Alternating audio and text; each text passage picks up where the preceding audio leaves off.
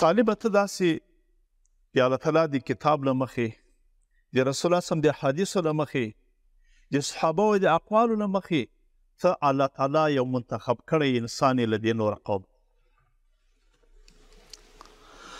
ځکه چې الله عز وجل فرمایي یؤتی الحکمة من یشاء.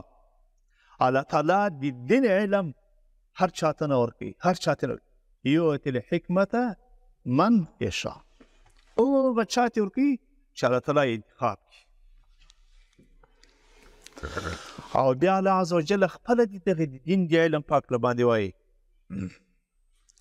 یؤتی الحکمة من یشاء ومن یؤت الحکمة فقد اوتی خیرا کثیرا.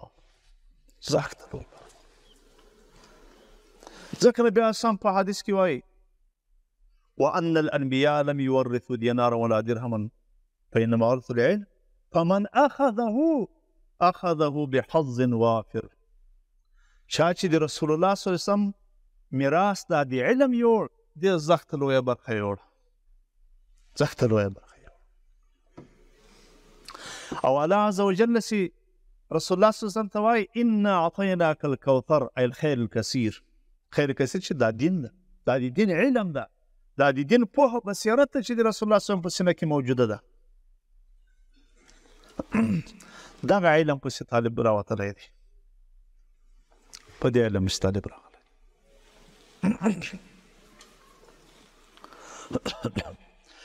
نو طالبه ته د الله تعالی انتخاب یې په خپل مخلوق کې، لکه انبیا چې به انتخابول د رسالت لپاره، همداسې د دوی د خلافت د نیابت لپاره الله تعالی مخلوق انتخابوي. الله تعالی په خپل مخلوق کې رسولان انتخابول د خپل رسالت لپاره، هغه ته به علم ورکو د دین. همدغسې الله عز وجل د رسول الله صلی الله علیه وسلم د خلافت او د نیابت لپاره خلک انتخابوي، طالب انتخابوي. په دا طالب اصل کې د الله تعالی انتخاب دی، ځکه ان الملائکة لا تضع اجنحة رضا لطالب العلم. ملائکې خو ځکه د ده تر پښو لاندې وځرول، او ځکه ان طالب العلم یستغفر من فی السماء ومن فی الارض حتى الحيتان فی البحر. او ځکه خو وایي چې من سلک طریقا یلتمس فیه علما سهل الله به. او ځکه وایي من خرج فی طلب العلم فهو فی سبیل الله، ځکه د الله تعالی انتخاب. او رسول الله صلی الله علیه وسلم د آیت په شرحه کې باندې حدیث قول نقل کړی دی من یرید الله به خیرا یفقه فی الدین. الله تعالی چې چاته د خیر اراده وسي نو یفقه فی الدین، د دین لپاره وایي. نو طالبه چې ته د الله تعالی انتخاب سوې، الله تعالی د تا لپاره اوس څه وکول؟ طالبان تاسو ته معلومي د تاسې لپاره الله عز وجل یوه ډله مخلوق په دې آماده کړی دی چې تاسو ته به ځای برابروي، امکانات درته برابروي، کوټې درته جوړوي، په کوټه کې د اوسېدو وسایل درته تیاروي. یوه ډله هغه مخلوق ته چې الله تعالی دنیا ورکړې ده، هغه ته الله تعالی په دې ذهن کې، په دې دماغ کې ورچي چې ولاړ شه دا خپل مال دې په دغو خلکو مصرف کړه. تاسو پوهېږئ دې جامې ته دا کومه کارخانه لري، کوم مارکیټونه لري چې دغه داسې کرایې ورته راوړل کېدل. خو الله عز وجل یو سړي ته په سعودي کې، و سړي ته په ترکیه کې، و سړي ته په کوم ځای کې په ذهن کې راچولی چې ولاړ شه دا خپل مال دلته مصرف کړه. یوه ډله دغسې بله ډله الله عز وجل دا درته مکلفه کړې ده چې دا خپله انرژي، خپل قوت به د علم دوی ته انتقالوي. ته به مکلف یې چې دا خپل علم چې الله تعالی وایي ما درکړی ده دا به دوی ته انتقالوي. د استاد په شکل کې درته ناسته، د محدث، د فقیه، د استاد په شکل کې درته ناسته. ځینې خلک درته ځمکې جارو کوي، صفایي درته کوي، د سړو به انتظام درته کوي، د خوږو به انتظام درته کوي، د خوراک درته پخوي، ډوډۍ درته په تیاروي. دا ټول مخلوق د تاسو لپاره لګیا دی. ولې؟ ځکه چې د الله تعالی انتخاب، د الله تعالی انتخاب. نو یوازې دا نه چې ملایکه له تاسو اکرام و احترام کوو، د الله تعالی مخلوق لګیا ده تاسو په د ژوند او د دې علم د زده کړې لپاره د اسبابو په تیارولو کې. نو اوس طالبه تا ته څه کول پکار دي؟ ته نو داسې طالب څه لکه علي بن ابي طالب، ته داسې طالب څه لکه عبدالله بن مسعود، ته داسې طالب څه لکه زید بن ثابت رضی الله تعالی عنه، ته داسې طالب څه لکه ابو بکر الصدیق، لکه عمر فاروق، ابو ذر غفاري وفلان فلان رضی الله تعالی عنه. داسې خلک چې دا دین یې چې استاد څه ورته ویل چې د عقیدې په عقله باندې و تربیه وه، بهترینه استفاده یې وکړله رسول الله صلی الله علیه وسلم. که د اخلاقو وه، که د نظریې وه، که د اعمالو وه، په کامل طریقه باندې له رسول الله صلی الله علیه وسلم دا زده. د الله تعالی رسول چې دوی ته کوم آیاتونه تلاوت کړو، هغه آیاتونه یې حفظ کړو، چې کوم علم ورکړو هغه علم یې محفوظ کړو، چې د عمل په ارتباط باندې کوم تعلیم ورکړو هغه یې قبول کړو، چې د اخلاقو په ارتباط باندې کومه خبره ورکړه هغه یې قبوله کړه، چې د نظریې په ارتباط باندې کومه خبره ورکړه هغه یې قبوله کړه. نو ځکه رسول الله صلی الله علیه وسلم د خپلو شاګردانو په هکله اعلان کوي اصحابي كالنجوم فبأيهم اقتديتم اهتديتم. زما صحابه، زما شاګردان علم حاصل کو، تکمیل ته ورسول، او چې دا هر سیمې ته ولاړ شي، هر طرف ته ولاړ شي، خلک دې په دوی پسې اقتدا وکړي، او هر څوک چې اقتدا پسې وکړي هغه پوره هدایت ومونده. طالب هم داسې جوړي. قرآن کریم کې موږ ته د موسی علیه السلام او د خضر علیه السلام قصه راښیي. د موسی علیه السلام او د خضر علیه السلام د قصې یو حکمت دا ده چې دې امت ته د استاذ او د طالب فلسفه وړاندې کړي. اذ قال موسی لفتاه لا ابرح حتى ابلغ مجمع البحرين. طالب ده علم پسې روان ده،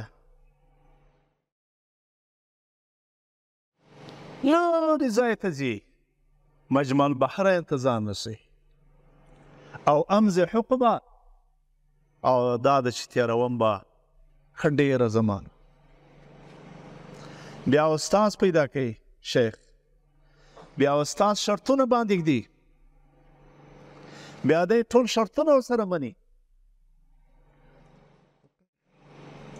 د استاد او د طالب فلسفه هم دلته پرته ده.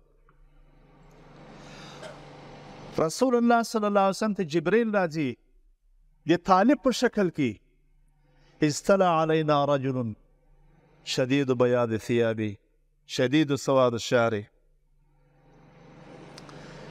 جبریل علیه السلام ځان د طالب په شکل کې جوړ کړي، د طالب صورت او سیرت اختیاروي. بیا راځي استاذ ته رسول الله صلی الله علیه وسلم ته کښېني، په دې کې د طالب له وردۍ، د طالب له جامې، بیا د طالب تر ناستې ولاړې، د طالب تر اخلاق سره ټوله فلسفه پکې پرته ده. بیا راځي دین زده کوي، اسلام زده کوي، احسان زده کوي. دا درې شیان چې دا د دین علم ځینې عبارت ده، هماغه شان. اوس طالبانو راځئ چې د صحابه مبارکانو چې هغه زموږ تاسې اصلي مورثان دي چې صحابه رسول الله صلی الله علیه وسلم ته ناست دي د هغه طریقې ته ور وګرځېږو څو موږ هم الله تعالی دغسې کوي چې سره کوم ته الله تعالی انتخاب کړي الله تعالی مو دغسې جوړ کړي دغسې یو لوی خیر زموږ له لاسه بیا ورسي لکه څنګه چې صحابو له لاسه ورسېد دغه صحابو ته الله عز وجل قرآن کریم کې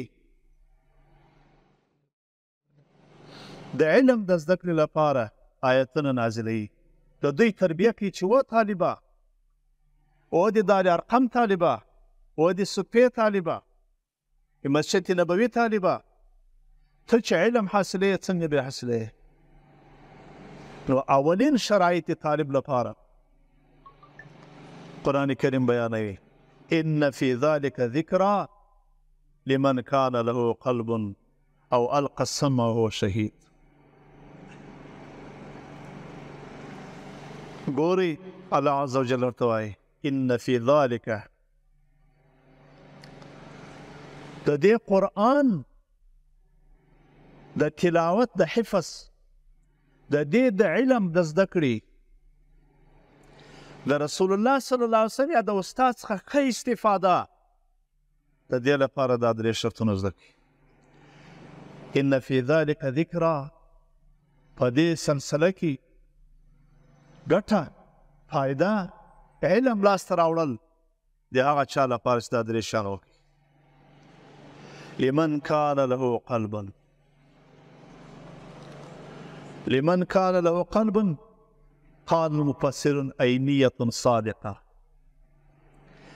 ذكر دي محل إرادة زنحار إن في ذلك ذكرى لمن كان له قلب أي نية صادقة وطالبة تچ دغه سبق زده کوي سبقه ته راځي طالبي ته راځي مدرسې ته راځي طالب اول شی چې د په دې باندې کار وکړه چې نیت سم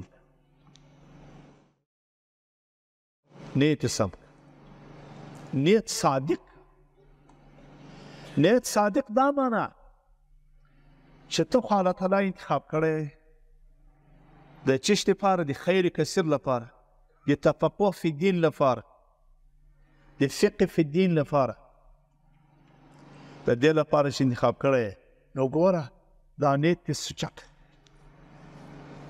ځکه چې انما الاعمال بالنیات ستا دا ټول درسونه په همدغه نیت باندې بنا کیږي ګوره طالبه سیطان نیت دا نه وي چې د پلانکې زوی طالب سو سبق وایي نو زم ځان طالب کوم یعنی د تفاخر د مقابلې نیت له چا سره نه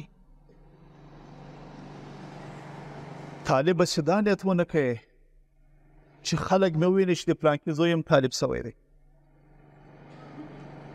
چې دې ته سمعت وایي چې خلک واوري چې د پلانکې زوی طالب سوی دی طالب دی نیک سړی دې ته سمعت وایي طالب چې دا نیت ونه کوي چې خلک مې وویني چې پلانکی مدرسې ته ځي دې ته ریا وایي او طالب د دې لپاره یې ونه کوي چې سبا به یوه ډیپټي سبا به یو مسؤلیت یو وظیفه باندې پیدا کوم نه دا علم زده کړه به صرف د هغه رب لپاره چې ته انتخاب کړی د هغه رب د دین د زده کړې لپاره به د هغه رب د پېژندنو لپاره به د هغه د دین د زده کولو لپاره به او د دې لپاره به چې د الله تعالی نور مخلوق ته نفع ورسوم بیا مدرس سم داعي جوړ سم استاد جوړ سم معلم سم د دې لپاره دا علم زده دا نیت پکې چې الله تعالی دین زده کوو الله تعالی معرفت حاصلوم د دې لپاره چې خلقو ته بیا د الله تعالی نه پوځ داعي جوړ سم، استاد جوړ سم، تدریس وکړم د الله تعالی د دین. دغه نیتونه مې نیت صادقه دی. ګوره دا ټول طالبین دي، دا ټول علم زده کړه دي په دې باندې نه. علما لیکي انما الاعمال بالنیات.